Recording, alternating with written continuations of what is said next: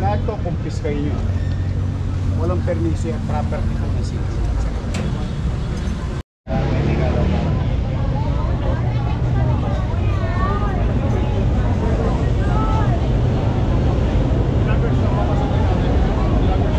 Vloggers, hello?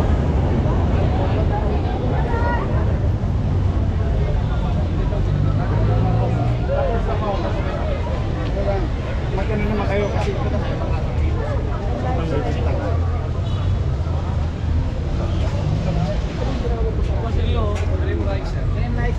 sabihin mo sa contractor.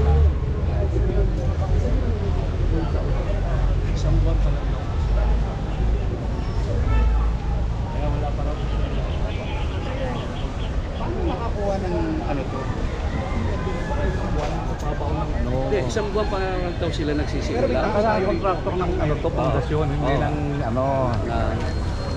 Nung nag-demolish, hindi sila yan. Hindi, yung pa nga. Yung magbabaon siguro, kaya pinatigil eh.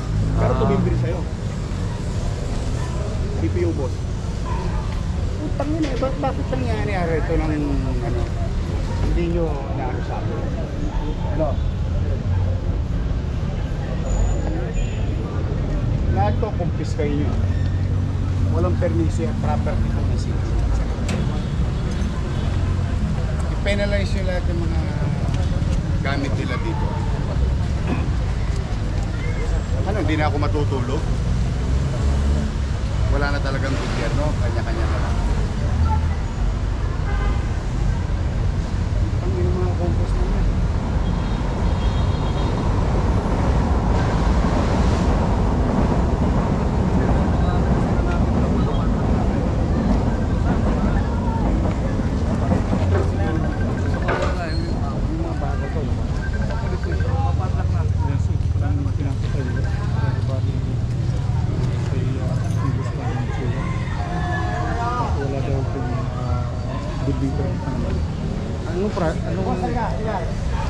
Possible court ka? Ha? Andiyan may forma nyo?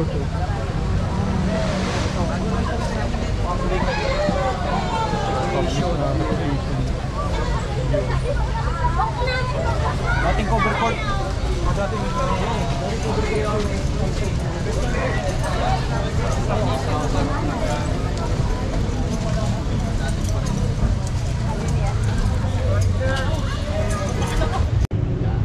Kasi property yan ng lungsod ng Maynila, hindi ng congressman Yua.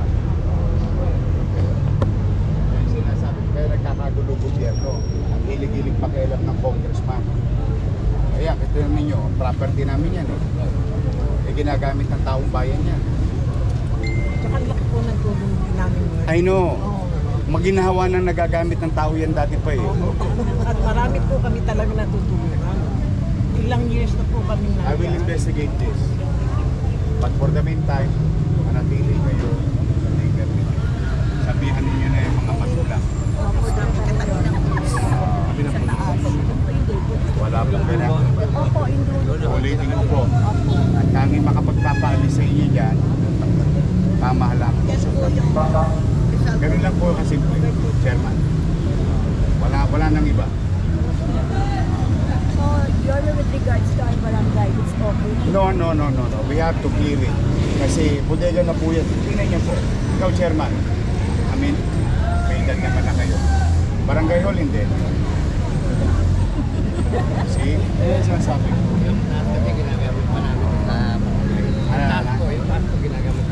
Kaya lang kasi, kailangan namin clear. Kasi tatayuan ko kayo ng malaking library. May library kayo, ayan. Buti barangay namin. Bulok na kasi. Opo. Kaya gusto ko maging library siya. Pero mas malaking library.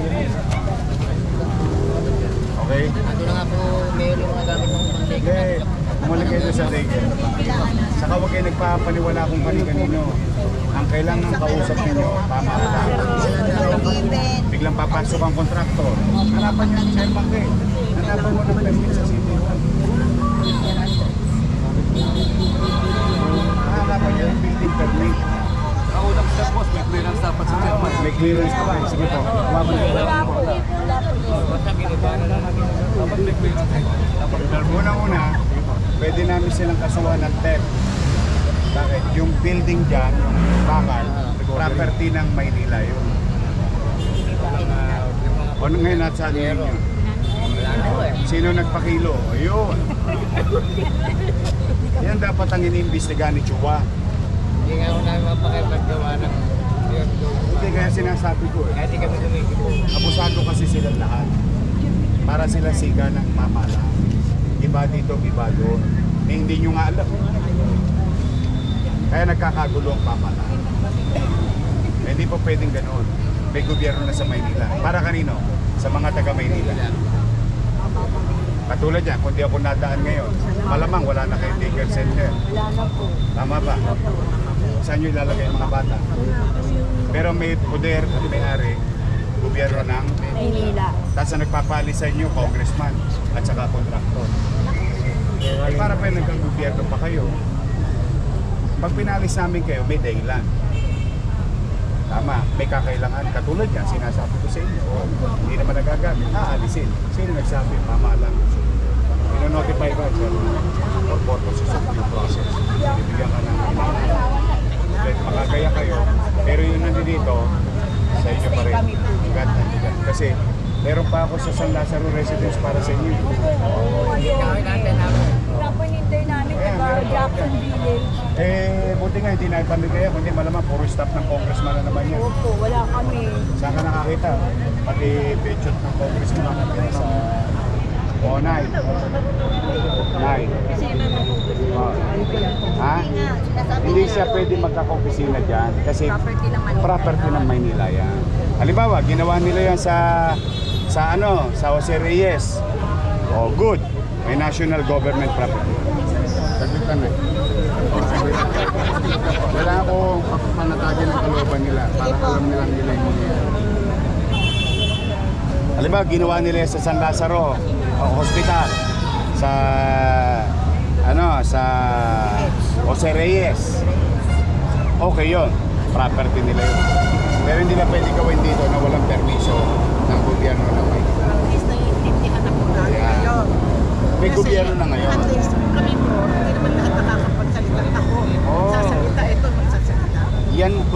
Yan ang dahilan ko kung bakit ako mismo bumababasa sa kalsada para makakausap ang mga tao. Inabangan niya namin kayo. Kayo para kayo. Kasi iniisip na nga namin kung paano namin kayo makakaharap. Solve na problema mo. Okay?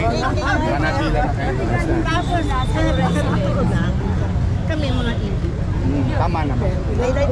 Nandiyan dyan. Wala kami sinesweldo pero Tumutulong. Walang makanisweldo. Ngayon, tapos palalayasin pa kayo ng wala man lang. Ayuda. Yung hindi ayuda eh. Hindi ayuda. It's more on, saan kami? Ano?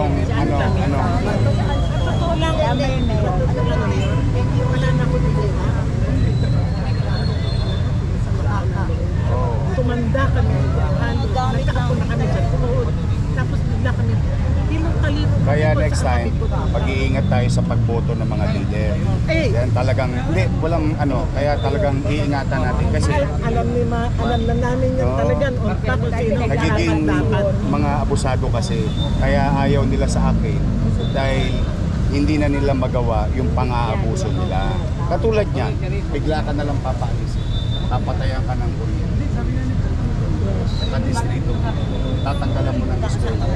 Hindi man lang kayo abisuhan. Hindi man lang kayo sabihan. Saan kami nila? Yun yung sinasabi ko. Ako, straightforward. Pag hihingin ko sa inyo. Oh, scared na kayo ha. Maggayak na tayo sa ibang lugar. Sasabihin. Kasi wala namang itasasama ang tao ng loob kung nasasabi mo sa kanila na gano'n. Para kami squatter na doon. Wala papatay na kayo. Saan bahala kayo kung saan kayo. Eh siga eh. Quadcom eh, di ba? Regarding sa Lazaro Residence, yung application mo,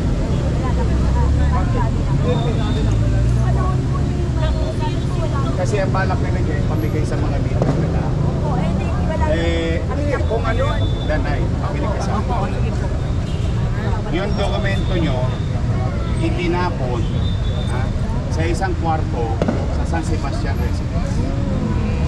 Natagpuan na namin eh.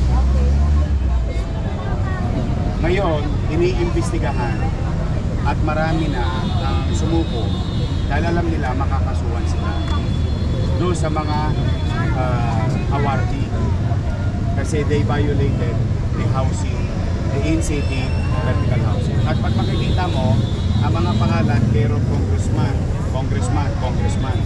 ng District 2, ng District 3, ibang district. Sabi niyo po sa amin po talaga yan, sa Kirikada po.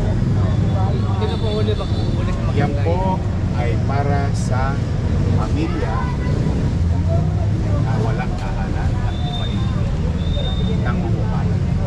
Yun ang purpose. Maaaring staff nila, okay naman. Pero kung qualified, that's another story. So, kailangan po kayo mag-apply ngayon. Hindi po, kung yung application nyo na doon na, irarapol po yun. Ang raffle po, naalala nyo yung ginawa ko dati, nilagay ko sa kampiyon. Kasi Maganda yung fair. hahayaan ko na ang Diyos na Opo, fair po talaga yun. naka-live, naka-raffle, di ba? Nasa kampiyon. Yun yung proseso. Thank you po yun. Basta I will do my best.